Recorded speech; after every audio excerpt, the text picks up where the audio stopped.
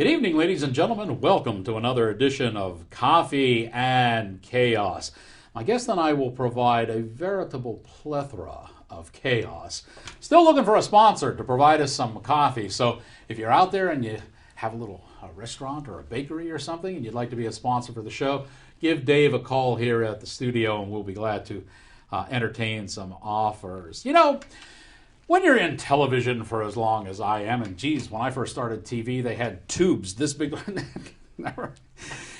You do a lot of shows, and sometimes there's an inevitable crossover. Many of you probably know me sitting next to Bob Nelson here doing In the Crease for a number of years, and I'm happy to say that today's show we're actually going to cross over again into the world of hockey, as my guest is Brent Johnson, former NHL goaltender, former goaltender for the Pittsburgh Penguins, and now a broadcast. We're going to get into that broadcasting bit a little bit later. He went back to Washington for that. We'll have to discuss about that. Anyway, Brent, welcome to the show. Thank you very much. Thank you for having me. We need to get the 800-pound gorilla immediately off our backs. In Pittsburgh, regardless of what you've done, regardless of anything that happens, the one thing that's going to stand out is that fateful day when you charged down the ice and faced Rick DiPietro of the New York Islanders in what has been known now as the one-punch goalie fight. In case your memory is a little bit foggy, here's a little reminder. Whoa, Rick DiPietro wants Johnson here. I don't know how much of that was initiated by DiPietro, but DiPietro and Johnson. And Johnson put Rick down quickly, and with all of Rick's assorted physical problems, I don't know why, other than the obvious answer, which would be abject frustration, he felt he needed to do this. All right, let's start at the beginning. You launched down the ice because of a hit that was delivered on Matt Cook, who was your teammate at the time. Okay. There's 6 guys on the ice. Cookie obviously takes the hit. So what made you think that the responsibility of defending the teammate fell onto your shoulders? Well, you know what? It wasn't really. I know Matt Cook can take care of himself. Obviously, it was just the perfect time for me to maybe say, "Hey, listen, you hit my guy. There's 16 seconds left in the game. We're up 3-0, and I was like, hey, this is an opportunity to maybe just go down there, see if he wanted to. If he said no, I wouldn't have gone down. But we both kind of shrugged at each other, and we knew it was going to happen. And the ref tried to get in the way as I'm moving down there, and I had to avoid him as best I could. Just as I'm looking at him, I know Ricky. From USA Hockey and whatnot, and not well. It's not like we talk every day, but sure. So I know him. I know he's USA Hockey, and I'm like, I know he's a left-handed goalie. He's silly sider as we call him. So I went down there. I was like, hey, I'm a righty, but why don't I try to exchange lefts with him? You know what I mean? See if I can do well doing that, and. And one connected really well, and I tell everyone it was truly the lucky punch, because if you look at the replay of that, I mean he's right there too. I mean it's just one of those kind of Rocky moments where whoever gets it in first might have been going down, and I always kind of knew I threw a little hard from my previous like junior and AHL fights. I always knew I kind of threw hard, but not with my left hand. Had no clue. You usually see a lot more of that in the juniors and in the AHL. Oh yeah, exactly. I mean, because you just it's not like it's a free for all or anything, but you got a lot of guys trying to make a name for themselves and trying to move up in the ranks. So. I had this one guy, I'm sorry to move off, but I had this one guy played in Erie when I was with Owen Sound, and last name Perry, and we fought every time, the goalie, we played. After the second period, we'd cross, and every time we'd just get out. He never won one. But it was something. It was something just kind of whenever we played here, we knew we were going to go at it. So it was So fun. it became an understanding after Yeah, a it while? became an understanding. Exactly. Now, if we called him on the phone, would he give the same side of the story? Or? I'm sure he would. Okay, Yeah, okay. I'm pretty sure we can dig up tape somewhere. Okay. Now, when you look at that clip, and you say you know that you hit hard, did you really expect that to end in one punch? No, never. Okay. No. I mean, not especially with, like I said, especially with my left hand. Okay. You know, I didn't expect that at all.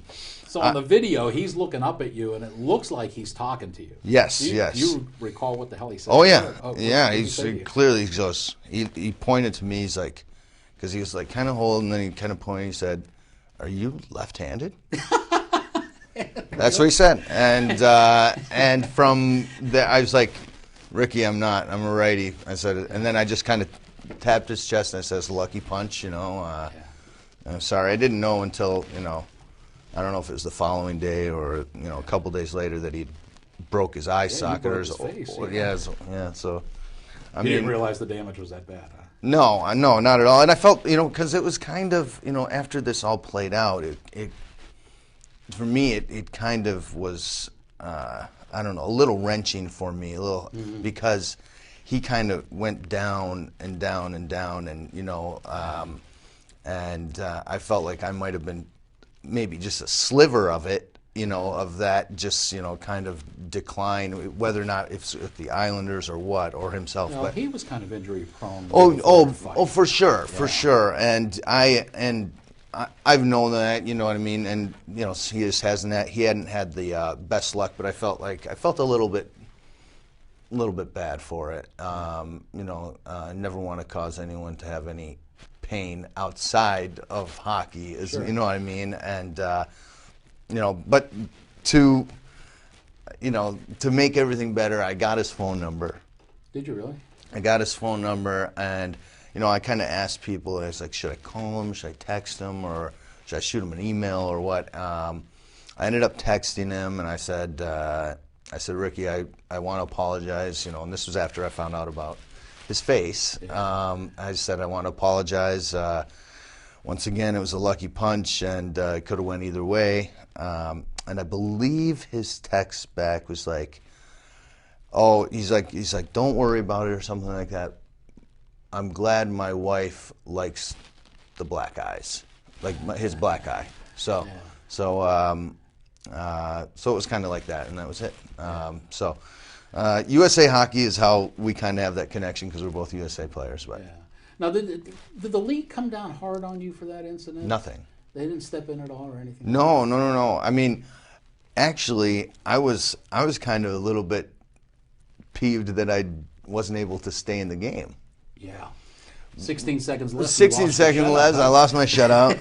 Not like it would have been a pivotal part in my career if I would have got the shutout. But Numbers add up. yeah, no. But the funny thing is, you know, it's team shutout, so that's the best, anyways. But you know, because I think right after that fight, maybe a week later, so Carey Price and who else went? And Tim Thomas went at it. Yeah. And they both went at it. That was a longer fight, and they both stayed in the net. Yeah, Timmy's a scrapper. Yeah, and they both stayed in the net. So I was like, I hope I didn't have to leave because I knocked him down. Yeah. You know, so but no. Hey, needless to say, it was that is probably the defining moment in my career. Like people all around Pittsburgh. And I'm just kind of new to social media, like Twitter and whatnot. But a lot of people fire me tweets, I guess you call them, about that fight. So Sure. yeah, it's fun. Obviously, I don't want to always be remembered as just that, you know, that guy. I won a few games here, not as many as I wanted to, but I took away a lot of good things from Pittsburgh. And I asked you about the league because we talked about this on the hockey show a little while ago. The incident that happened just recently with Ray Emery going down after Holtby, the Caps goalie, and but this sounds like a very different scenario. When you went down and met DiPietro, the both of you said, "Let's drop, let's go." Right. Whereas in the other one, Holtby wanted no part of a fight, and Emery just jumped him anyway. So I can understand where that's a little bit of a different situation. Oh, yeah, big time different situation. Yeah. I think I know Emery. I've known him or I've met him a couple times outside of hockey. Mm-hmm. Great guy. Never ever had a problem with him. I understand on the one hand, he kind of wanted to get his players fired up, mm-hmm. But the game was already over. Yeah. I mean, it was a blowout, and didn't want to fight. Braden Holtby didn't want to fight. The best part, what I take away from it is the best part is that, all right, Ray Emery keeps hitting him, whatever, but then right after the game, Braden Holtby stays in the game, mm-hmm. and you can see through his mask just smiles because they won 7-0. He got a shutout, finished the game, and he had some bruises on his head and whatnot because, as I've heard, Ray Emery is a killer. I mean, he's a tough guy, and he's taken on some natural fighters in the NHL too. But I mean, I don't know. It's a tough situation. I say, you know what? He doesn't want to go. I just don't go, and just don't keep throwing. Kind of like mugging him. Yeah, I mean, everyone's different. Everyone gets fired up in different ways and a little heated under the collar, if you will. But in my estimation, I would have been just like, all right, he doesn't want to go. Let him go. Let him go. Well, do you think the league's getting too involved in these incidences nowadays? I don't know. I think they have to. I think. Really? Well, I think the reason. My one thing that I always liked in the game when I started, that was my first couple of years in St. Louis. They had the instigator rules. Yes. I think that is a big, loss. Is that as soon as you got rid of, or as soon as you put that instigator rule in place, mm-hmm. I mean, guys' sticks came up higher. No one was worried about getting jumped for behind if you slash a guy in the neck or something like that. And enforcers played a different role. I mean, and you've seen it all over the place. Guys are just, kind of, they don't know what to do sometimes, and you don't want to put your team down. I just think that instigator rule was tough, and I think the guys in the NHL can, they can police themselves in that way. You know what I mean? And I think it's gonna limit sticks from coming up and clipping guys in the face, and people will think twice about giving cheap shots, slashing really hard behind the leg, which you see all the time. Yeah. I mean, you see it all the time. And so where's the line of what's, really bad mm-hmm. and what's, acceptable? I think it's pretty gray because you can't say if someone gets hit from behind or takes a stick in the face, if someone gets hit from behind and doesn't get an injury, mm-hmm. shouldn't it be the same as if someone gets hit from behind and does have an injury? Shouldn't it always be the same? Doesn't matter about how long the injury is. Yeah.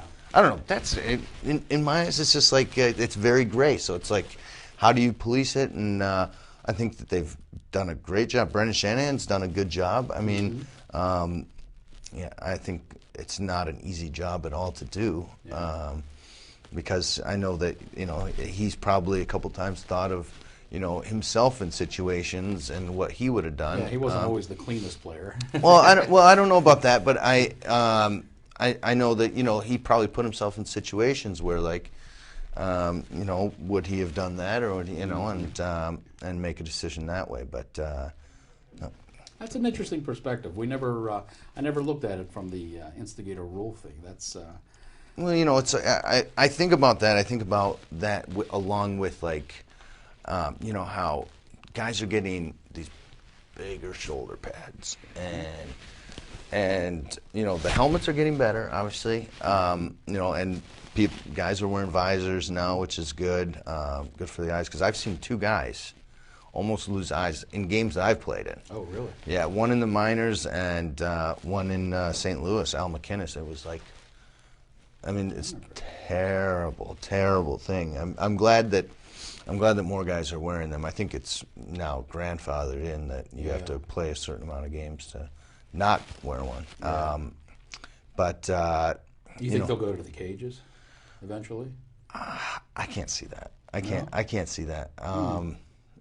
No, but like a thing like this is like the more protection. I always say, even in talking goalies, the more protection and the more you can take football, for instance. The more protection these guys get, and people are headhunting. Why are they headhunting? Because they have this big, old bucket around them, and if they hit them in the head, they know what's coming. The other person doesn't know what's coming a lot of times. And they say, hey, well, let's take them out. Let's, and I would say make everything, make it where your shoulder pads are just like they used to be. Some felt, because truthfully, and like a little cap over it, a little plastic cap, because truthfully, that's what they wore. And people weren't going down with like shoulder injuries, like left and right, you know what I mean? Right. And now you see guys take those shoulders and, take it the wrong way. I mean, you look at how Sidney Crosby got hit, and, man, you want the best players to play. You know what I mean? I don't even want to take an accidental, shoulder. You know what I mean? Just because of the padding, That's a whole... I mean, you could talk about that stuff. Well, no, for I'm hours, glad you brought it up, so, because one of the questions I wanted to ask you was about the goaltending change in the padding and what have you. And they had a big change about 2 years ago. I guess that wasn't enough of a change. They instituted another change for this season, and maybe, I'll admit right off the bat, maybe because I was looking for it, but it seems to me that we've had, we're not a third way through the season yet, and we've had a number of goaltenders go down and have to take, time off. Lettinen, Thomas went down twice. There's been a lot of goaltenders that have gone down. Did they make a mistake in shrinking down this padding? Is it resulting in these injuries? Are they picking on the goaltenders instead of just changing the damn sticks? Yeah, no. Well, they want to increase scoring, obviously. The fans, get the fans, and that's for places like that aren't terrific hockey bases, in the NHL. All of them I love, but the people that are the true hockey fans, I've always thought they will be able to love a 2-1 game or a 1-1 game that goes into overtime. Absolutely. And they'll keep coming back for more because they know that's a real game of hockey. Now in markets, maybe maybe even C markets, if you go down south or whatever, they want to see scoring. They want to see shootouts. They want to see 5-4 and 6-5 and whatnot. Because it's exciting, you don't want to go to a game and just sit there and let, so I can see that point. But yeah, I don't know. What do you think? Well, frankly, when the Pens won their first two cups, 91-92, they had who I thought was an exceptional goaltender, Tommy B. Yeah. And I played with him. You what? I played with him. That's right. And if you go back during those times and you look at those games, they were high-scoring games back then. Oh yeah. And Tommy was leading the league in goaltenders, but his goals against average was over 3. Oh yeah. Because the scoring was higher. And it seems when they said, well, we want even higher scoring, everything they implemented did exactly the opposite of what they wanted it to do. Right. Well, and that's, I think a lot of this is technology. Obviously, if you go back, because my father played, so I've heard all these stories, my grandfather's stories and whatnot, they had little pads. They had, just covering the top of the knee. Yep. So you didn't have a lot of goalies going down. And, the stuff was mostly made out of, deer hair and whatnot. The old Yes. Cooper pads, that weighed, if you got them waterlogged, they weighed about 25 pounds a piece. Yep. I remember those. I used to wear those old Cougars. The brown Cougars. So, but you know that you had the stand-up goalie because if I go down, I'm not going to kill my knees. Sure. You know, obviously guys did go down, not as much as they do now, but I don't. Going back to goaltending, I don't think that the main reason or the reason that they changed the pads, I don't think that has anything to do with injuries. Really? I don't think that. I think it has to do with the league wants more goal scoring. They want a bigger target 5-hole. They want more holes open. But this is kind of a thing. Like it's just like this whole circular thing where goalies are getting better. People are playing I'm sorry, not playing, but they're working all year round. You know what I mean? So you get a 5-month break if you're out early in the playoffs. Guys take a couple weeks off and they're right back at it. Right. You know what I mean? They're training hard. They get back on the ice earlier. So goalies are getting better. Hockey players are getting better, bigger. You know, going back to what my dad said in like the 70s, you know, you went to training camp to get in shape. Now it's if you're not in prime shape in that training camp, it's like, you know, here's your ticket. So it's, you know, it's definitely changed, but I think that the biggest change this year was the 4 inches that they took away from the net. Really? Biggest change because I mean I don't know how many say I actually against the Detroit-Pittsburgh game the other night. Prime example. Guys are not even shooting it on net anymore. Guys are shooting it in the corner, waiting for it to ricochet out. And you know what? Sometimes it goes off like almost like a diagonal angle, and the goaltender, because of, you know, guys in front and traffic, is challenging, you know, on top of his crease. So if that misses the net, goes out here and pops out the other side, they got to get back and, you know, cross and move laterally really quick. And that's what I've seen the most, you know, the cause for the most So you goals. don't mind the pad shrinking? I don't mind. I don't think they should go any further. I mean, they said 2 years ago. yeah. I mean, truthfully, I mean, because I look at pictures even when I started playing, and holy moly, it's a change. It is. I mean, even with, you know, the cheater in the glove. But yeah, I mean, I couldn't say that, you know, even when they changed, they went down from you know, whatever it was. There really wasn't a limit before to 12 to 11 to now they're at whatever they're at. I don't even know. But I don't think that's just opening. It's not hurting goalies. It's not gonna cause this. The biggest thing that's hurting goalies right now is the way the game's played. The main important thing for a goaltender is stop the puck.